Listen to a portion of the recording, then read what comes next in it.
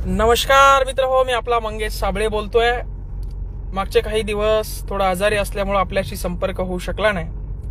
मात्र आज या लाईव्हच्या माध्यमातून पूर्ण महाराष्ट्र चलबिचल असताना, पूर्ण महाराष्ट्राची शिक्षण व्यवस्था उद्ध्वस्त असताना, पूर्ण महाराष्ट्रामध्ये बेरोजगार तरुण, विद्यार्थी, शिक्षक, शेतकरी हे परेशान असताना आता राजकीय पुढारी, राजकीय नेते स्वतःच्या पदासाठी, आमदारकीसाठी चाचपणी करायला निघालेले आहेत आणि पूर्ण महाराष्ट्राची घडी विस्कळीत करून बरेचसे आंदोलनं मोडीत काढून या ठिकाणी आता स्वतःचे घर भरण्यासाठी बरेच भावी आमदार या ठिकाणी रस्त्यावर उतरलेले आहेत।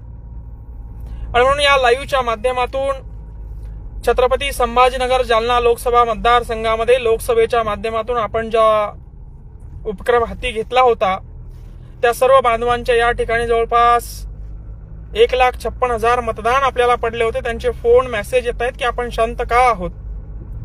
मित्र हो, आपण शांत याचसाठी होतो की कोण आता राजकारणाचा किंवा या आंदोलनाचा फायदा घेण्यासाठी रस्त्यावर येतं ते आपण बघावं। तसं माझ्याही तालुक्यामध्ये 10-12 भावी आमदार गुडघ्याला वाशिंग बांधून बसलेले आहेत। भोकरदन असेल, सिल्लोड असेल, पैठण असेल, या ठिकाणी स्वतःचं घर भरण्यासाठी हे भावी आमदार या ठिकाणी रस्त्यावर उतरलेले आहेत।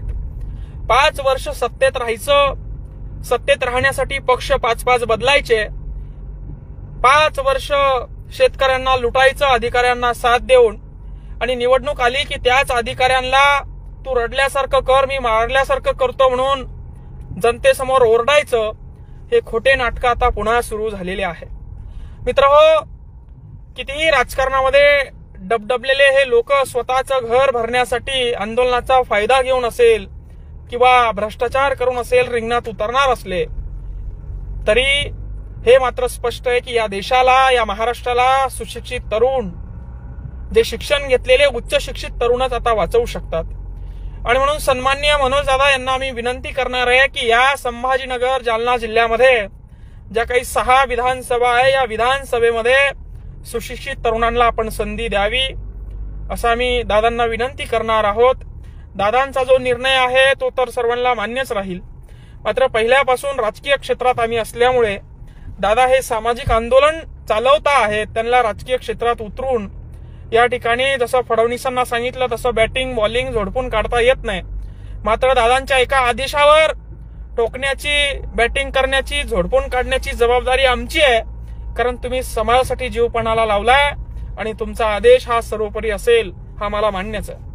मात्र पहिल्यापासून आमची भूमिका राहिलेली आहे की राजकीय क्षेत्रात गेल्याशिवाय समाजाचा, 18 पगड जातीचा, शेतकऱ्यांचा फायदा होणार नाही आणि म्हणून सुशिक्षित तरुणांनी राजकीय क्षेत्राकडे येणं अत्यंत गरजेचं आहे। हा महाराष्ट्र वाचवायचा असेल तर सुशिक्षित तरुणांनी राजकीय क्षेत्रात उडी घेणं हे अत्यंत गरजेचं आहे आणि आतापेक्षा योग्य वेळ ती कधी असू शकणार नाही, कारण की वरती सगळा चितळा झालेला आहे। सरपंच असेल, जिल्हा परिषद सदस्य असेल, पंचायत समिती असेल किंवा आमदारकी असेल, प्रत्येक निवडणूक तरुण सुशिक्षित शेतकऱ्याच्या पोरानं लढावी आणि आपले स्वतःचे प्रश्न स्वतः त्या विधानसभेमध्ये मांडावेत, या ठिकाणी आमची भूमिका आहे। आणि म्हणून या 6 विधानसभा मतदारसंघामधून सुशिक्षित तरुण उभे करावेत। सिल्लोड असेल, भोकरदन असेल, नारायण लोखंडे सारखा भोकरदनमध्ये शेतकऱ्यांसाठी, शिक्षणासाठी काम करणारा आमचा मित्र आहे, किंवा फुलंब्री असेल, आता कुठून दादा कुठले उमेदवार देतात आणि कोणाला पाडायचं सांगतात हे बघणं तेवढं महत्वाचं ठरेल। मात्र आम्ही सुद्धा 2 दिवसानंतर युवा जागृती सप्ताह सुरू करतो आहोत। या फुलंब्री तालुक्यातून आमच्या गावापासून तर शेवटच्या टोकापर्यंत, गावापर्यंत प्रत्येक तरुणाला भेटण्याचा आमचा प्रयत्न राहील। तरुणाच्या समस्या असेल, शेतकऱ्याच्या समस्या असेल, शिक्षकांच्या समस्या असेल, विद्यार्थ्यांच्या समस्या असेल, सगळंच चित्र विचित्र या ठिकाणी झालेलं आहे। आणि म्हणून 7 दिवसाचा पायी सप्ताह दिंडी आम्ही काढणार आहे आणि मेन जेवढे सर्कल आहे, गावोगाव आहे, त्या दिंडीच्या माध्यमातून त्या तरुणांना संघटित करण्यासाठी, राजकीय क्षेत्रामध्ये ऍक्टिव्ह करण्यासाठी आम्ही प्रयत्न करणार आहोत। तत्पूर्वी दादांची भेट घेण्याचा सुद्धा या ठिकाणी आम्ही प्रयत्न करणार आहोत। दादांचा आशीर्वाद या ठिकाणी गरजेचा आहे। दादांनी जर का आशीर्वाद दिला तर नक्कीच या 6 विधानसभेमध्ये 6 आमदार या ठिकाणी निवडून येऊन समाजासाठी, 18 पगड जातीसाठी, शेतकऱ्यांसाठी ते लढतील अशी नक्कीच आम्हाला कुठेतरी अपेक्षा आहे। आणि कष्टाला भांडावं ही जी शेतकऱ्याची प्रवृत्ती आहे त्या प्रवृत्तीनं या ठिकाणी आम्ही रिंगणात उतरणार आहे। आणि या लोकांनी 5 वर्ष शेतकऱ्यांना लुटून जे बंगले 10-10 कोटीचे बांधले, ज्या संपत्त्या या ठिकाणी बांधून ठेवल्या, त्या पुराव्या सगळं जनतेसमोर आम्ही मांडणार आहोत। यासाठी पुढील 2 दिवसामध्ये सप्ताह 7 दिवसाचा प्रत्येक गावातून आम्ही दिंडी घेऊन जाणार आहोत। संविधान हातात घेऊन या ठिकाणी संविधानाच्या मार्गाने दिंडी आम्ही काढणार आहोत। तर मी तालुक्यातील सर्व शेतकरी बांधवांना, तरुण बांधवांना विनंती करतो की होता होईल तेवढ्या पद्धतीने आपण या दिंडीला सहकार्य करावं, या सप्ताहाला सहकार्य करावं। धन्यवाद बापू।